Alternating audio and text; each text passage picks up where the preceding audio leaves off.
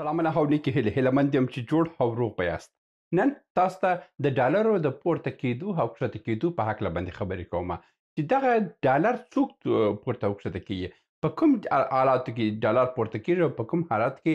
ډالر برته کښته کېږي. نن په دغه موضوع باندې تاسو ته سپیناوی درکوم ځکه چې ډېرو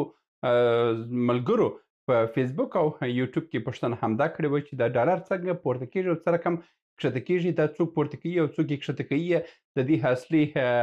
عاملین څوک دي، آیا دا په طبیعي ډول باندې ده، دا په مصنوي ډول باندې ده، دا دلته د مافیا لاسونه دي او که مافیا لاسونه دي یعنې په تېر جمهوریت کې چې کوم حالت و اوس هم هماغه حالت روان دی که نه اوس حالت بهتره سوی دی او حالت مصنوي سوی دی. نن په دغه موضوع باندې ټوله سپیناوی درکوم او دغه ټولو سوالو ته جواب درکوم. زه پر موضوع باندې خبرې کوو او تر اضافي خبرې تېرې شو. نن تاسو ته د ډالرو کیسه د پورته کېدو او کښته کېدو کیسه چې ده د ډېره ساده تاسو ته تشریح کوم، انشاءالله چې په ټول کارو کتار باندې به تاسو پوه سئ. هره کورنۍ یو عاید لري یو مصرف لري. څه شی لري؟ یو عاید یو مصرف. اوس موږ دلته دوه کوتیانې جوړو یا دا یوه کوتي ده او دا بله کوتي ده. دا عاید نیسو او دا مصرف نیسو. دولت هم عین همدغه کیسه لري. دولت هم عاید لري او دولت هم مصرف لري. چې کله دولت عاید او مصرف سره برابر و نو دا په هغه ملک کې اقتصادي پړسوب نسته، هغه ته برابروالی وایي. او چې کله مثلا عاید ډیریږي او مصرف کمیږي، دلته بیا په ډېر کم حالاتو کې دته بیا ډي انفلیشن وایي چې مثلا د اقتصادي پړسوب کمیږي، اقتصادي ډګروالی بیا راځي. اقتصادي ډګروالی هم خطر لري ځکه چې بیا د پیسو ارزښت ډیریږي. چې کله د پیسو ارزښت ډیر سو دلته بیا نور تاوانونه دي. ښه، نن پر دې باندې خبرې کوو چې ولې د پیسو ارزښت کمیږي، یعنې انفلیشن کېږي. چې کله د خبره انفلیشن کېږي نو بیا خو خبره دا ده چې د مصرفونه ډیریږي او عاید کمیږي. چې کله عاید کم سو نو دولت دلته څه کوي؟ دولتونه بیا دلته مرکزي بانک لري. مرکزي بانک چې دی دا پیسې چاپوي او ټولو پیسې د دوی سره دي او دلته دی یو داسې لري مالی وزارت لري. مالی وزارت چې دی د ټولو دولت د مالی سیستم مدیریتوي. مالی وزارت څه وایي؟ مالی وزارت بانک ته وایي وروره زه شش کال 2 میلیارد افغانۍ 2 بلیونه افغانۍ چې یمه زه کم راغلی یمه. ته ماته پیسې لري چې 2 میلیارده راکړي که نه لري؟ که مرکزي بانک افغانستان بانک هغه 2 میلیارده درلودله خو یعنې د تیرو کلونو څخه ورته بکاپ یعنې پس انداز پاته وه نو هغه اخلي ورته ورکوي. خو دلته بیا موضوع حله ده، یعنې برته هغه انفلیشن مخه یې ونیوله. او که دلته د ده سره پیسې نه وي او حکومت هم دلته مصرفونه درلودل، بیا څه وایي؟ مرکزي بانک ته وایي ته پیسې چاپ. چې کله پیسې چاپې سوه، چې پیسې دلته چاپې سوه نو دلته په مارکیټ کې پیسې ډېرېږي. چې کله پیسې ډېرې سوې نو دلته بیا یو بله کیسه ده چې دا مصرفونه چې دلته کېږي دا مصرفونه بیا دوه عنصره لري. یو بهرنی عنصر دی، یو کورنی عنصر دی. که د کورنۍ تولیدات و ټوله خو ښه شه او که بهرنۍ ضرورتونه پېښ سوه بیا په هغه صورت کې دلته دولت بیا څه ضرورتونه دي چې باید وکړي؟ دولت یو کار لري چې باید اول ابتدا چې ده پر هغه موضوعاتو پر هغه وارداتو باندې مالیه ډېروي چې مثلا ضروري شیان نه دي. د مثال په ډول پر چاکلیټ باندې، پر آرایشي موادو، پر فیشني شیانو، په لوکس موټرانو، په لوکس موبایلونو، په داسې موضوعاتو باندې خپل مالیه ډېروي تر څو د دوی مخه ونیسي. چې کله د دوی مخه یې ونیوله بیا په دې صورت کې هم دوی سوای چې د انفلیشن اقتصادي پړسوب مخه ونیسي. که دلته دا کار هم ګټې ونه کړه چې مثلا یا مصارف عاید بیخي کم دی او مصارف بیخي ډیر دی چې حتی دغه دا څه هم که د لکچري یعنې فیشني شیان چې دي هغه هم که موږ بند کړو، هغه ښه خو بېځایه خوراکي مواد چې دي دا هم که موږ بند کړو بیا هم مخنیوی نه کېږي. دلته بیا کیسه څه ده؟ دلته بیا خبره د داسې څخه ولیږي چې تا دلته پیسې ډېرې چاپ کړي دي او دلته د بهره څخه غوښتنې ډېرې سوي دي چې کله د غوښتنې ډېره سوه دلته ستا د پیسو ارزښت کمیږي. چې کله د پیسو ارزښت کم سو د دې واره مرکزي بانک نورې پیسې چاپي چې کله نورې پیسې چاپ کړي خو دلته پیسې ډېرې برته د دولت خزانې ته دولت مجبور دی چې خپل مامورین ته معاش ورکړي او چې دا معاش ورکو او دا معاش باید پر اضافه کړي معاش پورته کیږي چې معاش کله پورته سو دا ځل پیسې ډېرې د خلکو ته د لاس ته ورځي. د مثال په ډول باندې تیر ځل که زما معاش ویه 15,000 افغانۍ دا ځل پیسې بې ارزښت سوي دي دا ځل باید دی ماته راکړي 10,000 افغانۍ تر څو زه وسم کړی هغه مواد چې په 15,000 افغانۍ وه هغه زه پوره کوم. چې کله 15,000 افغانۍ 10,000 افغانۍ سوه زه بیا هم کوم ضرورتونه چې ما په کور کې درلودل ما ته پروا نه کړي تیر ځل که ما په 15,000 اخیستله دا ورکې زه په 10,000 اخلم برته مصرفونه ډېرېږي هم مصرفونه په هغه برابر دي. نو دلته چې کله هم دا څه ډېر سو چې د خلکو مخ نه نیول کېدله نو دا ورکې پر خلکو باندې هم پیسې کمیږي چې خلکو باندې پیسې کمې سوي د مثال په ډول باندې تر 10,000 به حکومت وسه اضافه کړي نور حکومت نشي کولی چې اضافه کړي حکومت د پیسو ارزښت به هم کم سي مګر تا ته تر 10,000 اضافه ځکه نشي کولی چې ته بیا نور شان رانیسي ته مجبور یې چې خپل د سرخانه څخه یو شی کم کړي ته مجبور یې چې خپل د پوشاک څخه شی کم کړي ته مجبور یې چې د باندې د تګ څخه مخنیوی وکړي ته مجبور یې چې اضافي شان خو په ژوند کې ونه خوري ته مجبور یې چې یوازې چاوي او ډوډۍ ته محدود سي. نو دا چې دی دلته اقتصادي فشارونه راځي د اقتصادي فشارونه له امله د هر څه پر حکومت باندې راځي او د حکومت پیسې ډېرې چاپي او چې پیسې ډېرې چاپ کړي د بهره څخه موږ د جنس په کم محدود ډول باندې هر راوړلی سو او چې کله هم دلته راغله نو دلته بیا په لوړ قیمت خرڅېږي او هغه کسانو ته ورکول کېږي چې توان یې لري او غریب به دلته بیا د خرید توان ونه لري. نو دا وایي چې په کلي ډول مې تاسو ته تشریح درکړم. اوس دا خو د عام ملکونو دپاره دی لکه د مثلا ایران کې چې اوس دا کوم حالت روان دی دا په ایران کې دی مثلا په پاکستان کې همدا روان حالت چې دی دا د پاکستان باندې صدقیه مګر په افغانستان کې د کیسه بدله ده. په افغانستان کې چې دی د افغانستان مرکزی بانک عاید او د افغانستان مرکزی بانک مصرف یعنی د افغانستان مصرف دا دوه چې دي دا عایدات هم موږ تر کومکونو مستقیمه د امریکا هغه ډالر دی چې موږ ته راځي او مصرف هم چې دی مصرف هم د هغه دوامداره هغه پخوانی مصرف چې د جمهوریت په وخت کې موږ درلودل هماغه مصرف اوس هم موږ لرو. نو دلته چې څو خبره دا ده چې که ټرامپ یوه خبره هم وکړه ډالر دلته لرزه خوري دغه لرزې ته موږ په اقتصاد کې فلکچویشن وایو نوسانات وایو حرکات وایو دغه حرکتونه چې پکښې کې پیدا سوه نو بیا دلته بې اعتمادي په مارکیټو کې پیدا کېږي چې کله مارکیټ کې لږ بې اعتمادي پیدا سوه بس مستقیم دکاندار خپل جنس ګرانوي چې وروره که ډالر ضعیفه سو نو زه بیا مجبور یم چې په هماغه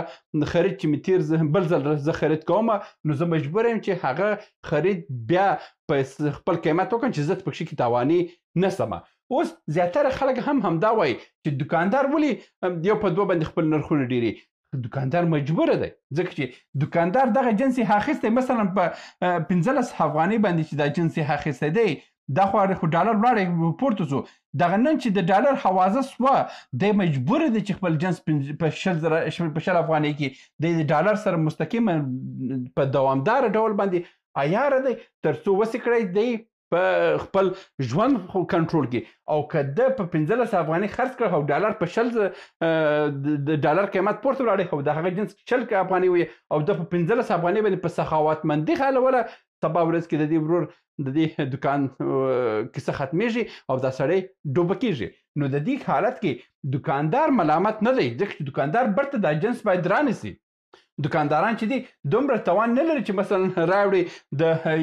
10 میلیون افغانۍ جنس چې دی هغه په دکانو کې ذخیره کړي که وایي زه یو کال ورسره مقاومت کوم 2 کال مقاومت کوم دریم کال مقاومت کوم 4م کال مقاومت کوم دا دلته چې دی دا استراتیژیک د ذخیرې دي. په افغانستان د ځان استراتیژیک ذخیرې نه لري. موږ په د ډاکټر صاحب نجیب په وخت کې موږ استراتیژیکې دا څه درلودله ذخیرې درلودله په افغانستان کې 4 کاله مستقیم په کابل په شاوخوا باندې جنګ و موږ 4 کاله هلته د غنم درلودل موږ هلته غوړي درلودل موږ هلته بوره درلود موږ هلته چاوې درلود یعنی موږ هلته کنټرول درلودل اوس په افغانستان کې هیڅ استراتیژیکې ذخیرې نشته یعنی همدا اوس چې د ډالر ویلو ټرمپ ویلو یاره دا څه بند کومکونه بند بس مستقیمه بیا هغه فلکچویشن هغه لرزې زلزله په مارکیټ کې پیدا کېږي چې کله زلزله پیدا سوه نو بیا دلته مشکلات راپېښېږي او بېاعتمادي کېږي او په کښې کې غریب تباه کېږي دا سوه د افغانستان حالات اوس راځم د افغانستان د اوسني د سرا شهزاده د مارکیټ پر حالت باندې خبرې کوم چې دا بولي سره کم کېږي دا بولي سره کم کیسه روانه ده د جمهوریت په آخر کې زما ښه په یاد دی یو پکتیاوال مشر سړی وی هغه یې واخیستی د سرا شهزاده رئیس یې کړلو تاسو یې ټول یې پیژنئ دا سړی ډېر سخي سړی وی او دا سړی د موضوعاتو خبر نه وی چې د ده په شا کې څه کېدله اوس هم کوم کس چې دی دا کس په موضوعاتو باندې پوه دی مګر هغه سړی چې وی په جمهوریت کې چې هغه رئیس و هغه سړی په موضوعاتو باندې پوه نه وی مګر د هغه وشاته ډېر مافیایي کړي وو هلته کارونه کوله اوس پوښتنه دا ده چې په سرا شهزاده کې څه کیسه روانه ده په سرا شهزاده کې کیسه داسې روانه ده چې په هوالان کې خو یو چکش د دوی په د عمده صرافانو په لاس کې دی وروره منه د یو نوی صراف په سر کې وی او د مارکیټ شړي ځکه چې دا د مارکیټ د صرافیو مارکیټ چې دی په افغانستان کې د 10 نفرو په کنټرول کې دی دا هغه صرافان په خبر دي چې په صرافي کې دخیل دي هغه پوهیږي چې دا 10 نفره څوک دي زه یې نومونه نه اخلم مګر هغه او خلک یې پوهیږي چې دا 8 نفره او 8 نفره دي دا 8 نفره څوک دي چې د افغانستان ټولو پیسې تر کنټرول کړي دي چې نوی ولسمشر راسي هم د بندلونو ورته پرېږدي که نوی حکومت هم راسي د بندلونو پرېږدي که د نوی داسه هم راسي د بندلونو پرېږدي او یو چې کله هم حکومتونه ډېر زیرک و ډېر هڅه و یو سرټمبه سړی بیا خپل رئیس ټاکي په شا کې بیا ډېر ناروا کارونه کوي خو چې بیا رئیس صاحب بیا سل قسمونه اخلي چې نه دا خبرې نشته مګر په شا کې دا خبرې اولا خو د چکش موضوع ده چکش موضوع دا ده چې کله دا یو دغسې خبر راپېښېږي بس یو په 2 ډالر وړي مثلا ډالر ویه په 3 په 3 په 2 ورځې کې یو وړلو دای 3 ډالر ته 3 ډالر ته چې پورته کړلو دلته د واړه د صرافان چې دی دوی نو دلته وایي چې وروره بلجیم په اوازه خپرې چې بلجیم چې دی د نوي خانې ته دی د حوازه پرون وړمه ورځ کې هم د اوازه جوړه وه چې نن شپه تر ماښامه پورې نوي ته د خیره رسیږي او دلته چې خبر حوازه خپرې دا واړه صرافان دلته ډالر رانیسي چې کله یې ډالر رانیوللو بله ورځ کې مستقیمه ډالر راوړي 15 ته راوړي 15 چې راوړو هغه واړه صرافانو چې خپل پیسې ډالر کړي وه هغه په کښې کې تباه دا د بولي کاروبار دی او دا د مافیایي کاروبار دی چې هم په کندهار کې روان دی هم په هرات کې روان دی هم په کابل کې روان دی په دې 3 ولایتو کې دا ټول صرافي چې دی سیستم د مافیایي دی او د افغانستان ټول صرافیان هم چې دی د دغه 3 صرافیان د خوا کنټرولېږي یو سرا شهزاده دی د هرات خراسان مارکیټ دی او د کندهار د صرافي مارکیټ دی دغه 3 صرافیان چې دي د افغانستان ټول مافیایي ډلې چې دي د دوی تر کنټرول لاندې دي او د دې رهبري څوک کوي 8 کسان کوي په افغانستان کې او دا د دې سره حکومتونه شریک دي یعنی حکومت وګوره حکومت همدا اوس د مرکزی بانک سره حدوداً 8 میلیارد ډالر پرته دي 8 میلیارد ډالر په ذخیرو کې پرته دي د 15 میلیونه ډالر باندې د سوای چې مارکیټ ټوله کنټرول وساتي ځان سره دا 8 میلیارد حدوداً د 4 کلونو پیسې دي په د دې خلکو سره چې په بانک کې ورې پس انداز دی مګر دی د صرافي سره چې دا بېاعتمادي راوړي دا یو په 2 په دې باندې ډالر پورته کوي او کښته کوي اصلي موضوع همدغه ده چې دا واړه سرمایه‌داران په کښې کې تباه کړي او بل په دې کې ډېره ګټه ده دومره ګټه ده چې پوښتنې را څوک نه کوي د مثال په ډول باندې زه ډالر د 3 ډالر مې درلودله دا ډالر راوړم 3 راوړم او پسې حوازه هم خپروم چې بل جمع چې دی 90 ډالر 90 ته رسوم چې جمع ته ورسېدی دا 3 ته دلته غریب بیچاره کان راځي 10 میلیون افغانۍ لري 10 میلیون افغانۍ دوی لري یو څه پوري ها ژر راوړه پیسې راوړه چې ډالر په هوا روان دی ډالر په پرواز کې دی دلته 10 میلیون 20 میلیون 30 میلیون په سلهاو میلیارډ په میلیارډو هم خبره کیږي دوی اخلي ډالر باندې بولی کوي یعنی ډالر اخلي چې کله ډالر واخیستلو دی کس خو د همده کسان چې دي د همده کسانو خو ډالر د درو هویت څخه د دوی سره وي د په درو هتیا خرڅ کې دلته په میلیارډو په افغاني باندې ګټلې دي په میلیونو افغاني ګټلې دي سبا ورځ کې وروره منه هغه حکومتي چارواکي چې د دوی سره شریک دي هغه وایي چې وروره 25 میلیون ډالر زه لیلاموم چې لیلام یې کړه ډالر په څو ته لیلاموي زه یې په 15 لیلاموم راسه غواړي کې نه غواړي ډالر په 15 لیلامي دلته خو د درو هویت څخه تر درو هتیا پورې په هر ډالر کې 10 افغانۍ ګټلې دي او دلته برته راځي په 15 باندې ډالر دوی رانیسي او یو څو ډالر هم دوی پکې کې دا څه کوي تاوان کوي ډالر سبا برته راوړي په درو هویت راوړي دلته په درو هویت راوړه غریب هغه واړه چکنه صرافان چې دي په دې کې دلته تباہ کیږي دا د صرافي حالات دي چې دا په جمهوریت کې هم دا مافیا روانه و ډیر قوي مافیا ده او دا اوس هم روانه ده هم دا اوس هم رهبری د افغانستان اوسني حاکمان پکې کې مستقیما شریک دي د چا پلار نشي کولای چې یو حاکم په حضور کې داسې یو کار وکړي چې په یو ورځ کې ډالر د درو هویت څخه درو هویت ته ورسي او په دا بل ورځ کې به برته 15 هویت ته ورسوي دا یو پلان شوی دی او دا یو مافیایي کار دی او دا کار په جمهوریت کې هم کېدو او دا کار اوس هم کېږي دا ډیر ناروا کار دی او که تاسو وګورئ که څوک هم د صرافي مارکیټ څخه دا ویډیو ګوري په کامنټ کې ولیکه چې څومره واړه صرافان پکې کې هیبي سوه څومره واړه صرافانو خپل پیسې پکې کې د لاسه ورکړلو ښه اوس راځم په اصل کې قانوني لاره د پیسو سره کم ده قانوني لاره چې ده په ټولو هیوادو کې مرکزي بانک په لاس کې مرکزي بانک چې دی مرکزي بانک مستقیما د ټولو پیسو کنټرول د ټولو پیسو ډالر چې دی د دوی په لاس کې دی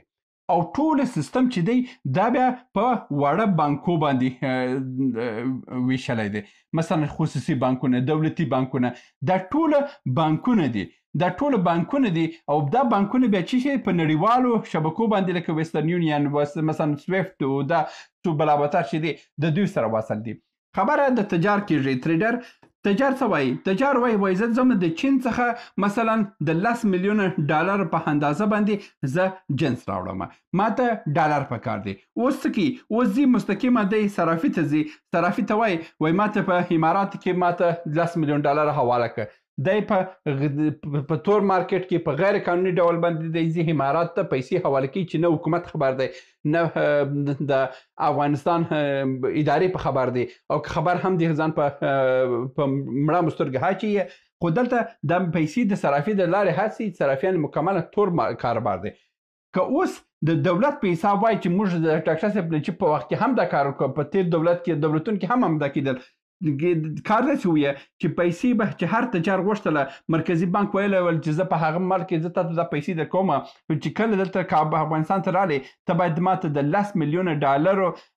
دا څه تاییدیه راکړي او د 10 میلیون ډالرو ټیکس هم بیا ماته راکړي چې وروسته چې د دې صفایي راکړي چې ما 10 میلیون ډالر ایستلی دي دا په کوم اساس ایستلی دي او څومره دي برته راوړي دي دا مرکزي بانک بیا هغه مثلا حزبي بانک ته وایي چې څومره ډالر دی فلان کې هیواد ته ورکړه هغه بیا هلته حساب کتاب کېږي په دې ډول باندې یعنی مرکزي بانک څخه څوک پیسې نشي ایستلی اوس په افغانستان کې وروره تیلفروشان هم د ډالرو کاروبار کوي عادي دکاندار هم د ډالرو کاروبار کوي یو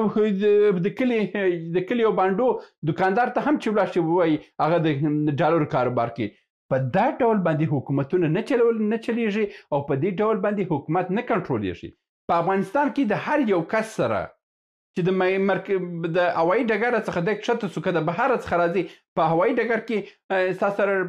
ډالر دی او ډالر ته باید وریم مایده کې په افغانۍ بدل کړي او که نه ولاړ شه په یو بل صرافي کې بدل کړه او صرافیان هم فقط محدود په دغه اوسي چې ته به وروره منه د افغانۍ په ډالر حاصل او ډالر په افغانۍ به اړوي او د ډالر چې بیا افغانۍ چې بیا کله په ډالر اړوي هلته بیا شرطونه پرېږده د محدوده پیسې ته سوای چې د